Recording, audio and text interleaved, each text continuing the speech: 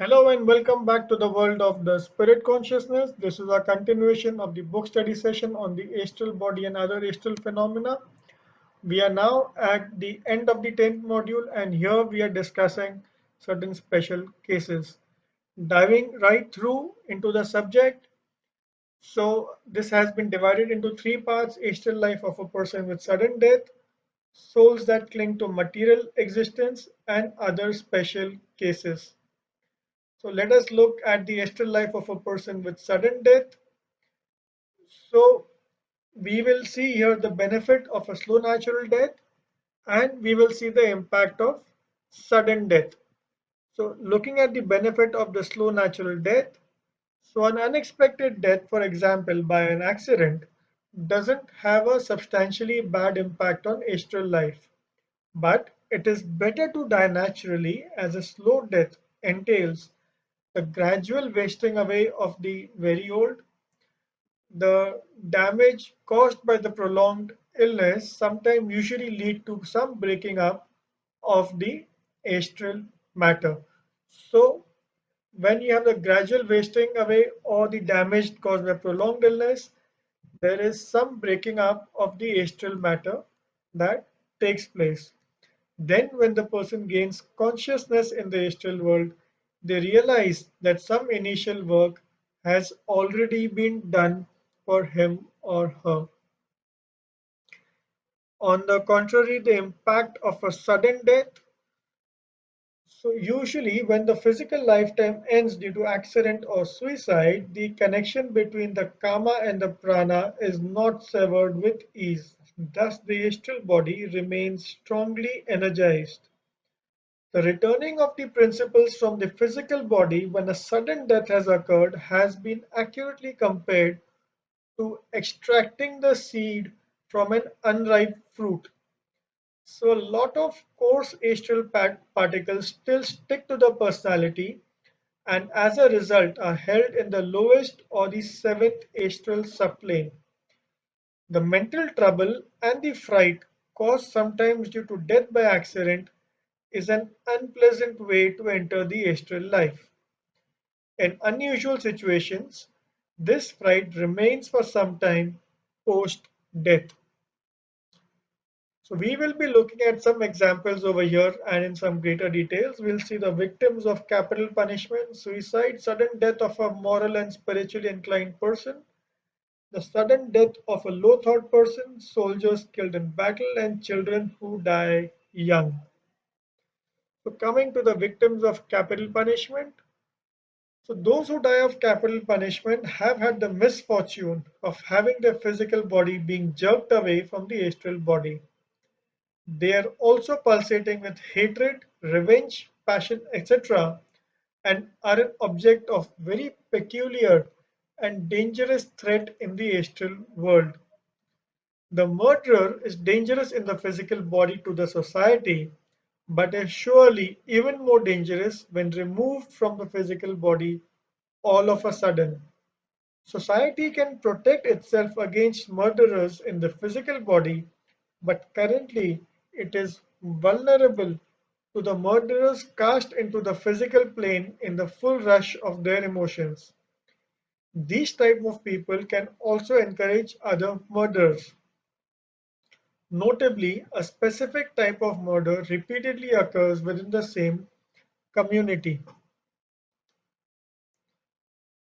Looking at the suicide victims, so this situation is more complicated because the reckless act reduces the higher ego's power to withdraw its lower part into itself and leaves it vulnerable to significant dangers. To interrupt the given life period on the physical plane is a crime against nature. Every individual is assigned a lifetime which is decided by a complex web of karma or previous causes, and the lifetime must go on till the time it is supposed to before the dissolution of the personality. There are significant karmic impacts of suicide, and they definitely impact more than one of their following lifetimes. However, one must remember that the wrongful act of suicide can range from Socrates' morally innocent act to that of someone who kills themselves to escape from punishment of their physical crimes. The consequences of such death differs accordingly. A person's attitude at the point of death decides the successive situation of that individual. Hence, there is a huge difference between someone who dies for a selfless cause and someone who dies for selfish reasons like fear, etc. So, coming to the sudden death of a moral and spiritually inclined person. So, moral and spiritually inclined people who die by accident pass their natural lifetime in blissful sleep. Sometimes they get involved in the last earthly situations. These situations are connected to a part of the outermost astral layer. The usual Kamalokic life begins after the natural earth life has been lived, and they are clearly conscious of the astral and the physical environments. And how is it for the sudden death of a low thought person? So, if the victim of a sudden death has lived a lowly, selfish, violent, and passionate life, they will be completely conscious in the lowest or the seventh astral plane. They can become very wicked entities. Since they can't satisfy their aggravated passions, they aim to do so by overpowering a medium or a sensitive person. Wicked entities like these delight in using astral delusions to entice others in the excesses that they themselves indulged in. The churchly devils, the tempters, come from this class and these vitalized shells. So there's a strongly worded explanation that is given about the victims of suicide or accident who have lived a lowly and wicked life. Unhappy shades, if sinful and sensual, they wander about until their death hour comes, cut off in the full flush of earthly passions which bind them to familiar scenes. They are enticed by opportunities which mediums afford to gratify them vicariously. They are the pisachas, the incubi, and the succubae of the medieval times, the demons of thirst, gluttony, lust, and avarice, elementaries of the intensified craft, wickedness, and cruelty, provoking their victims to horrid crimes and reveling in their commission. So let us see what about the soldiers killed in battle. So martyred soldiers of a battle don't fall in this category because they sacrifice themselves for their country. This intent leads them to a very good after death life. And about children who die young, so it is usually seen that children who die young are hardly found on the lowest astral subplanes. This is because they haven't yet developed the connection with those subplanes. So having seen the astral life of a person with sudden death, let us now see what happens to the souls that cling to material existence. So they have a difficult and lonely existence and attempts at getting in touch with the physical world through the mediums, so that they may attempt through a baby's body or an animal's body. So let us see the kind of difficult, lonely existence that they live. So some individuals strongly hold on to the material life even after death, and as a result, they wake up in their etheric bodies because their astral body can't detach from it yet.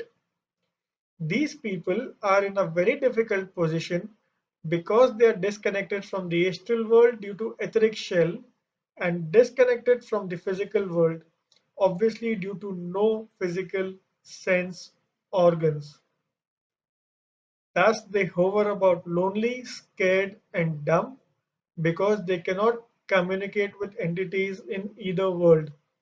They don't understand that only if they let go of the tight hold on matter, they will pass on into a normal astral life after a brief unconscious period.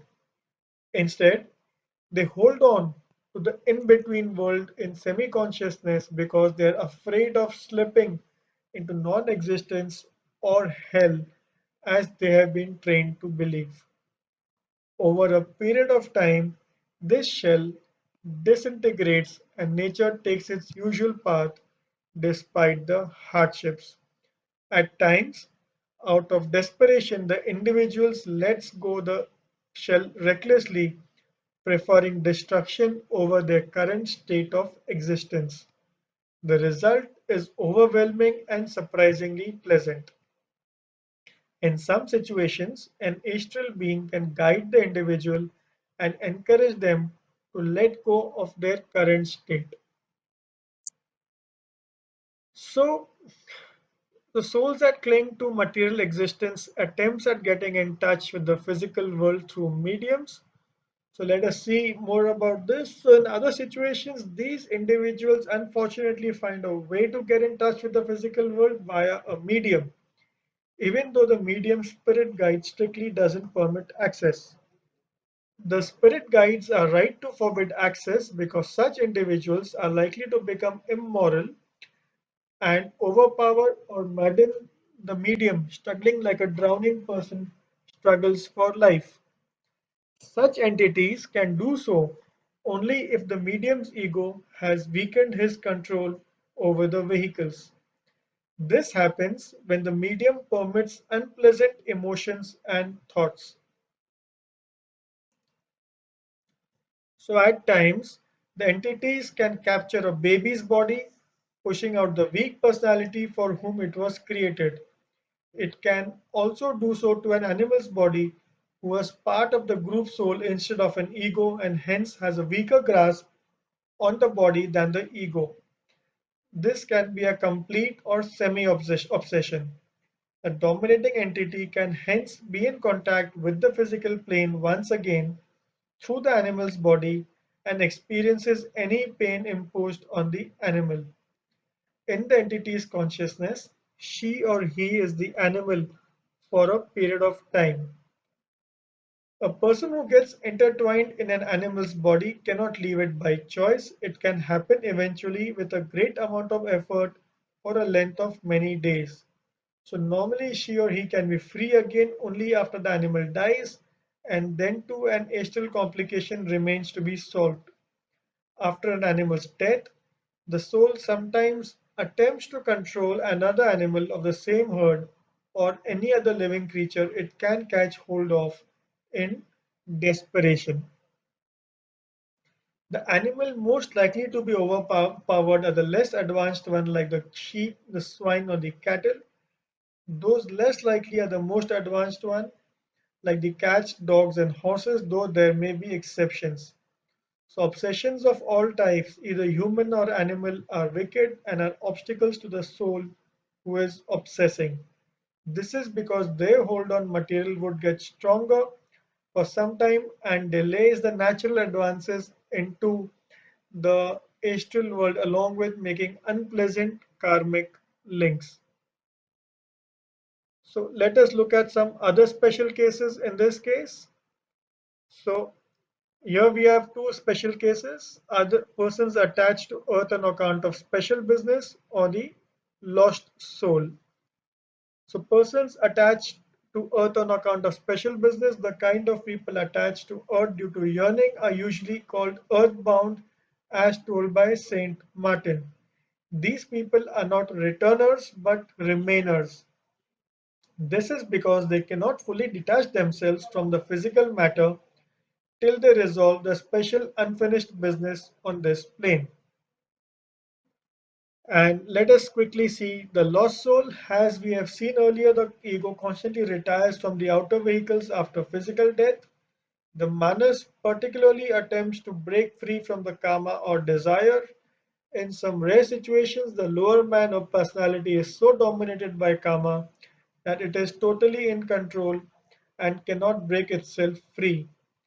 So the silver thread that binds it to the master, which is the connection between the lower and the higher mental world, then breaks into two. In occultism, it is called the loss of the soul. This event is called losing the personal self, which has disconnected from the higher ego, its parent, and is destined to get destroyed. In such an instance, during the physical lifetime, the person's lower orders are broken away from the triad of higher principles, which is the Atma, the Buddhi, and the higher Manas. So the person is ripped into two, and the brutal forces become free and uncontrolled, taking with it the Mansic light's reflection, which should have ideally led him or her in life. A creature of this type possesses more danger than an unevolved animal because his or her mind is possessed. Even if human, the person is a beast with no understanding of love, justice, or truth. Such an astral body is very powerful after physical death, and notably in rare situations, it can take rebirth in the human life. This individual is driven by only passionate animal instincts. Unmatched cunning is purposely evil, is nasty, and is naturally an enemy of humanity. So this class of entity is called the elementary and goes further low in each incarnation till the wicked force is completely destroyed and cut off from the life source and it ceases to exist separately. So from the ego's perspective, there is no beneficial experience gained from that personality. The ray has returned without anything and the lower life was a complete failure. The term elementary is suggested to be limited only for the entity discussed above, although it has been used in many meanings by several writers. So with this, we have come to the end of other special cases and about after death life. So our next module is the astral plane. Stay tuned.